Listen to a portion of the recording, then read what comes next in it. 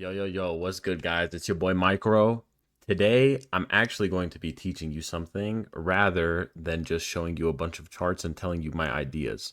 So, basically, it's just a way to find big areas of consolidation, those leading into points of confidence, and where you can expect some breakouts or pullbacks.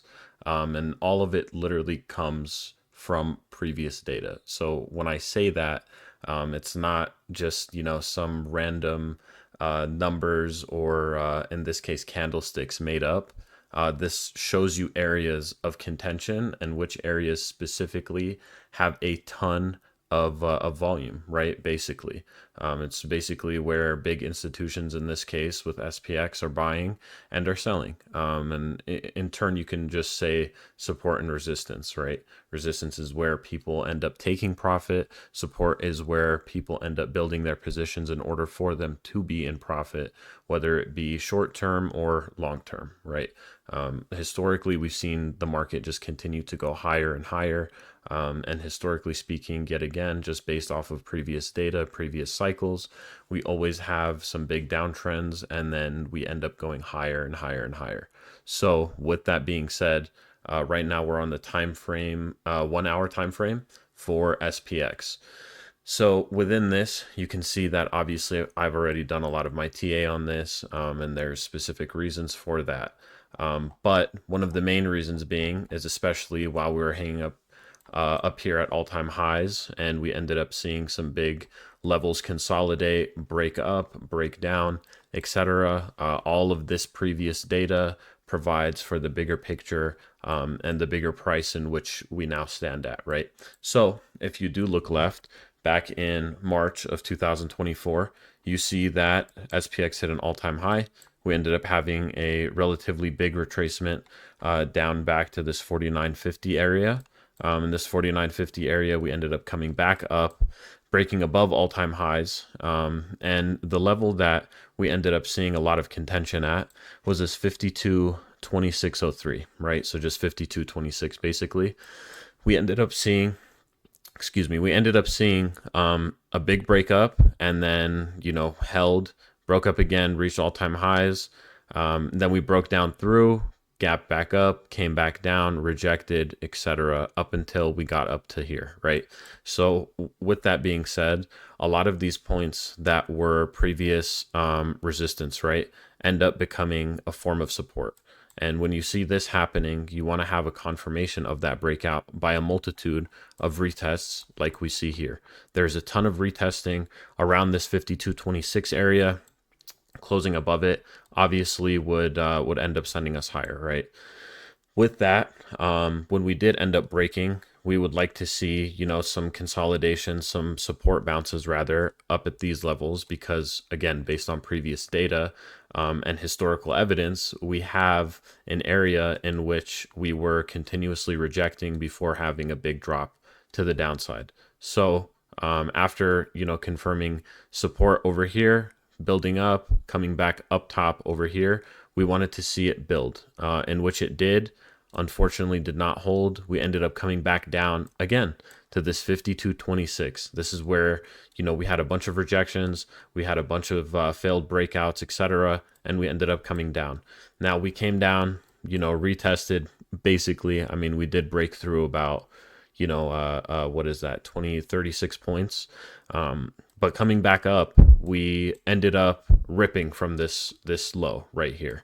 And this is all due to the fact that we have, previous highs here. We hold those previous highs once we break back through them in order for us to continue higher. So same exact thing here.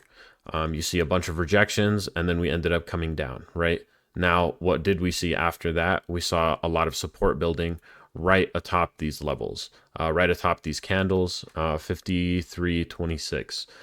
From there, we ended up seeing higher, right? So it's kind of just working in a cycle where we have either new highs, new lows, etc., and we end up holding these levels for us to break higher. Now, the fact that we ended up building support here is honestly kind of incredible because we don't have any previous data over here, right? So this was kind of just like, again, when we go into all-time highs, there's a ton of areas of price discovery, right? This just happened to be one of them, this 5400, which makes sense. It's a psych level, so we ended up continuing to push higher. And with that, again, just like I was saying earlier, everything works in a cycle. So here we had some rejections, and then we had some support building. The support building ended up taking us back over what was previously all-time highs. And I mean, super strong. You know, this is, I'm not going to count how many candles, but this is a ton of hours basically worth of price action where we ended up just continuing to push higher and higher. Now, where we should have rejected was this 55.24 level. This 55.24 level should have rejected us. However, it did not. We ended up actually breaking up way higher than it, and just continuing to build, break, build, break. And then continuously try to retest areas of support, right? I mean, you have a ton of people who are buying in this area. Obviously, they're not the buyers and sellers, bears and bulls, however you want to put it. Not one of them is winning, right? This is an area that we call chop. However, in these retests we end up continuously pushing higher and higher. Now, when we end up breaking from those levels, however, when we cannot hold support, then we see rejections and we see lows. So when we came back down to this area that, again, was once previously all-time highs, you know, we bounced, we rejected a lot more up here, and then we ended up breaking through. When we came back up through it, however, we ended up going higher, right? Not to all-time highs, but we ended up breaking above, you know, previous all-time highs. But then when we came back down through it, obviously you see we have a ton of rejections. So not only with that, but when we're talking about support building, when we end up coming through a support, we end up coming through it very, very heavy.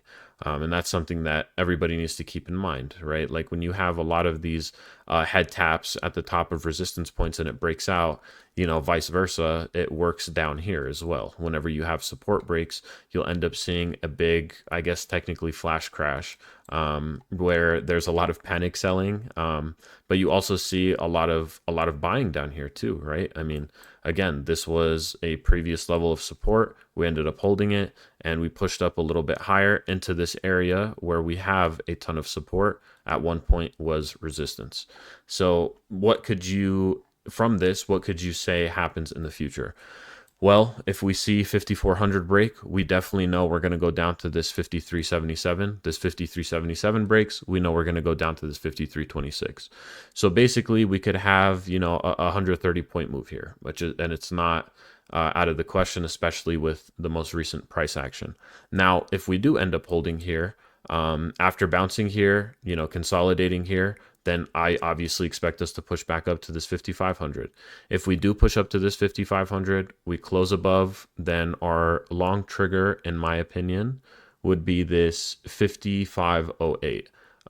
Just because we had, you know, some big resistance here, and we also had some big resistance here that ended up bringing us back down into this zone, breaking this zone rather from this rejection, but nonetheless consolidating currently. So after that 5500, 5524, why? Again, it was a previous all-time high level, right? And we want to see either support build above this at some point, or we want to see a rejection in order for us to have a better entry for a short position.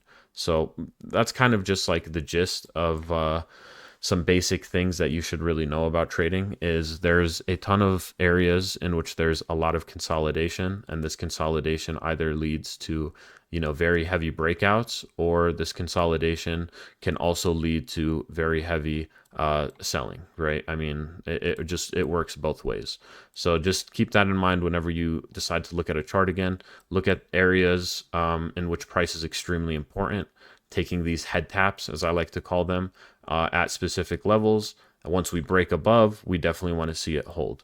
Now, again, this is the 1 hour time frame. You can definitely trade off of this, and it's a good gives you a good point of view about what could happen, or about, you know, what previous things that you could see in order to make an educated guess as to what could happen next. So just a quick little video, just some tips and tricks, kind of part of my strategy and how I personally trade.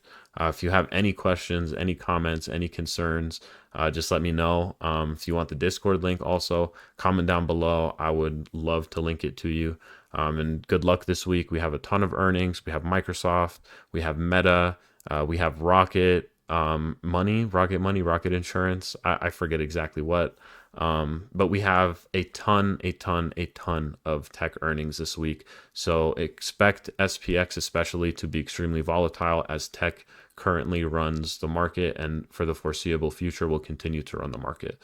So that's kind of all that I have for you today, just for this. The ideas video about what I'm looking for specifically this week should be coming out here in a couple hours.